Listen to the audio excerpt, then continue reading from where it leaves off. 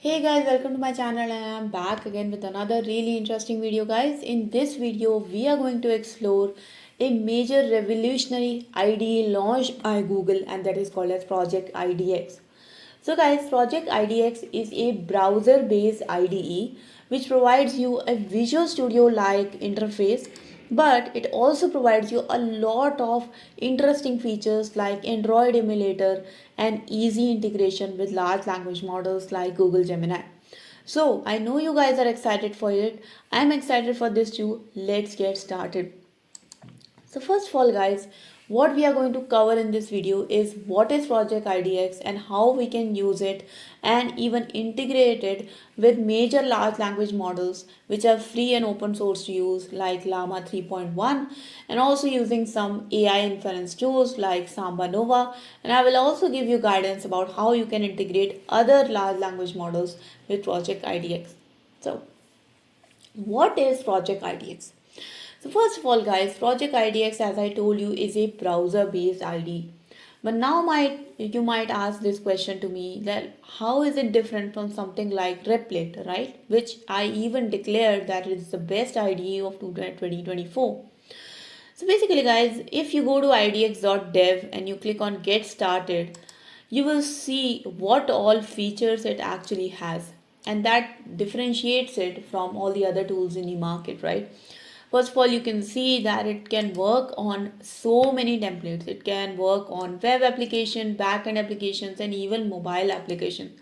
And that's the basic difference here, guys, because most of the editors that we can see are mostly web-based applications editors. So although they do have functionality to support many languages like Python, Java, etc., etc., this editor does have the ability to actually also support mobile applications with React Native. So for example, you can build a mobile application with TypeScript, and there is going to be another feature in upcoming where you can create native Android applications like the application that you usually can only build with Android Studio. Those applications will also be available to be built in Project IDX. So that is a hugely new feature, and obviously guys, it provides you an Android emulator as well. It also provides you support of various AI ML templates, like you can use LangChain, you can use the Firebase, you can use the Gemini API as well. It has got integrations with multiple databases as well and some other miscellaneous features. So these are all the features guys which makes it much better IDE than all the others available in the market, because so far I have not seen at least any IDE which has got a Android emulator in a browser based IDE. So that is something which is pretty sparkling about this. So if you go to the Project IDX page guys, you can see that the Android emulator looks something like this, but it not only has the emulator, it has the web view as well. So it basically supports both the kind of views. Now if you compare it with something called as Replit, you do get the web view where you have the URL here, and you can even click it and open it in a new window. When you open it in a new window, you can actually take this URL and actually share it with somebody, and they can also test your application side by side. So this feature is actually very same as that of Replit, but it does give the Project IDX a little bit of an edge, because here also you can share your project pretty easily. So these are the features of Project IDX guys. This is what makes it different. This is what it gives is the better developer experience. But now we have to jump into how we can create our own applications with Project IDX. So let's do that. The first thing first guys, if you want to build anything with Project IDX, you can select a template. If you don't know what template you are looking for, you can go to the miscellaneous section and then you can select a blank template or an empty workspace and you can build any application with it. But if you want to have some boilerplate code handy, then you can select any of the different templates. Let's say you select something called as Flutter. Then Flutter is a multi-platform language. It is going to build your application for mobile and desktop based platform. You can just name your workspace anything. So, just name it anything. And then just click on create button. Okay, you can see that it generates a unique name for your workspace, and when you click on create button guys, you will actually land on this page. This will be your main platform page, and you can see that you have got all the project folders right here, and the URL is the unique workspace URL that was generated by project IDX. Okay, so now we have created the project. It is time for us to explore what do we have here. So first of all guys, you can see that we have a .idx folder which is pretty specific to project IDX, in which you have got a dev.nix file. In the dev.nix file guys, you have got all the required packages that you need to run your project. So we have got the JDK17 package, we have got the unzip package, we have got some environment variables, etc., some main files mentioned here. If you are using Python based project, then obviously you will have that packages.python here, and this may differ. But the interesting thing is guys, that if you want any extra package, any extra requirement to be added here, you can just add it in the package and it will be installed in your environment, and so you don't have to really worry about keep installing them and doing all those things. Okay, so that was about dev.nix file. Now, the project that we created is a Flutter project, right? And Flutter, the main programming language is usually Dart. And you have got your main.dart file here, which looks like this. And this is the main entry point of your application. In fact, this is the file which is actually rendering this home page. But because Flutter is multi-platform, you also get a similar Kotlin version of this exact same code in the Android folder as well. Because it also loads this same thing in your, it also loads the same thing in your Android emulator also. So you do get a main activity, but you do get a main.dart also. Okay, so this is pretty basic Flutter stuff.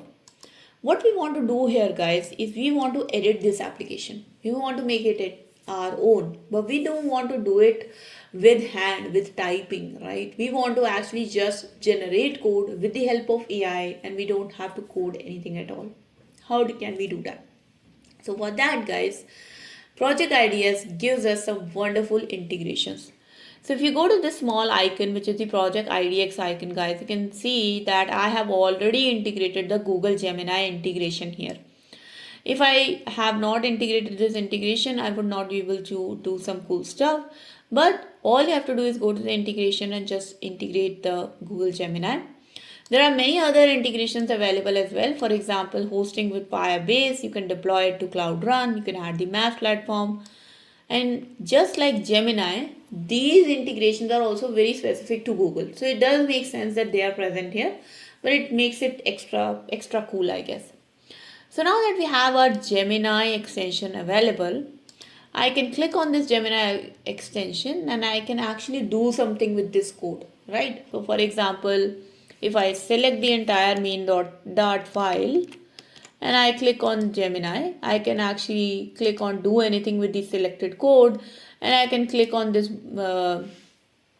previous prompt that I gave, which was to just change the color of this button to blue. Okay, and you can see that it already changed, it already located where the color needs to be changed.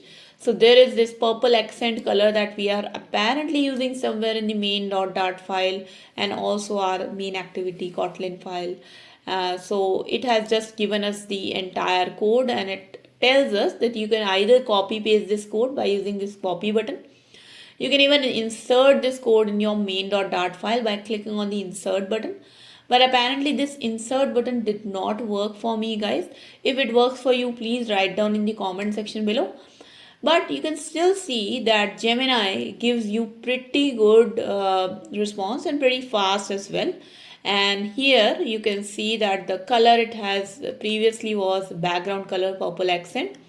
And what it actually tells you that just change this purple accent to color blue. So if I go to my main.dart file and I just change this to blue, it should actually work, right? And it will definitely work. But this is one way to make changes in your code. what you can do is you can check with Google Gemini, ask some questions, gonna give you answers, and then you can work on it by giving the code and copy pasting it, right? Is there an even better way to do the programming and updation? And the answer is yes. You can actually integrate the Claude Dev extension or the now known as the Cline integration with your project IDX and start editing the code with just simple prompts. Let's see how we can do that. So for that, guys, you have to go to extensions. You just see that I already have the Cline integration extension installed here. If you don't have it installed, you have to install it. Then it looks like a small robot, which is the Cline bot here.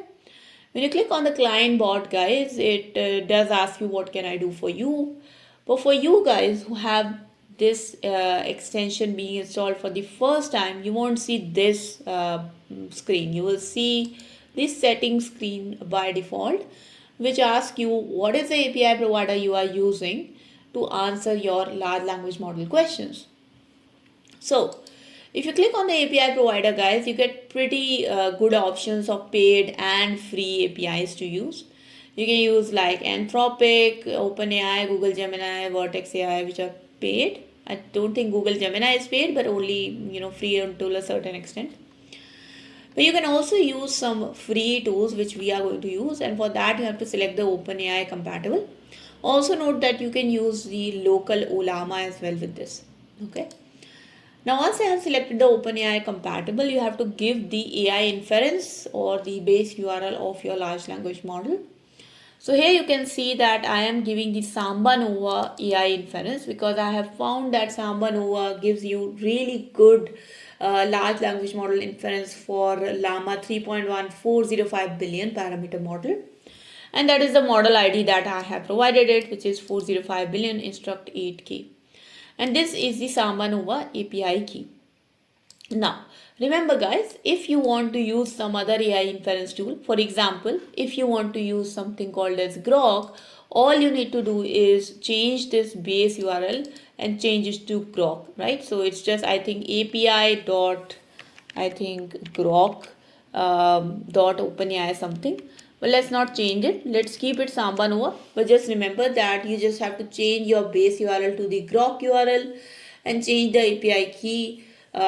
Give your specific model ID. For example, with Groq, you can even use the Llama 3.2 model ID and you can work with that. Okay. So once you are done with these settings, you just click on done here and then you go back to your prompt section. So I'm going to close the settings now and I'm going to go back to my client section. Let's click on client one more time. Click on done. And now I am here at the prompt. Okay. So what was my prompt that I want to do? I want to basically change the color of the button to blue, right? So you can see that some of the previous prompts are mentioned here. So I'll just write this thing, right? So change the color of purple button to blue. Okay, and let's click on enter. Hopefully it is going to do something with it. And you can see that it automatically understood that main.dart file is the file that I am looking for. And now it is making the API request for reading that file. It is now reading that file. Hopefully it is reading it pretty fast. And once it has scanned the whole file, you see that it found the background color is the property where it has to make the change. If you agree with this change, you just click on save. And you can see that the color is now changed and the task is shown as completed. Now you can check on your web view that the button color is changed to blue. And you can also see it on Android view that the button color has changed to blue. Okay. So how wonderful is that, guys? Without writing any code, with just a simple prompt, it identified the files that I have to change. It made the change for you, and you can also see the reflective change in your emulator as well. So that is what I wanted to show you. This is basically the power of Project IDX. So just very briefly, guys, again, if you want to configure client, just go to settings and select the free API for OpenAI compatible. For the Groq URL, you can use the Groq URL here, you use the API key here, and if you are using Sambanova, this is the exact same configuration that you have to use. Okay. So that was the video, guys. All I wanted to show you what is Project IDX, how you can integrate it with AI, how you can work with it, and basically that was about it. I hope you guys like this video, guys. If you do like this video, then please do not forget to like this video and share this video with your friends. If you have any questions, comments, suggestions, feedback for me, please do write down in the comment section below. I would be really happy to address them. Also, guys, if you have not yet subscribed to my channel, please do subscribe and hit the bell icon for future notifications of more such programming and coding related videos. In the end, guys, if you do want to support my channel, then you can become a member by clicking the join button, or you can donate something through the super thanks button as well. Thank you so much for watching. I'll see you guys in the next video, guys. Until then, take care and bye bye.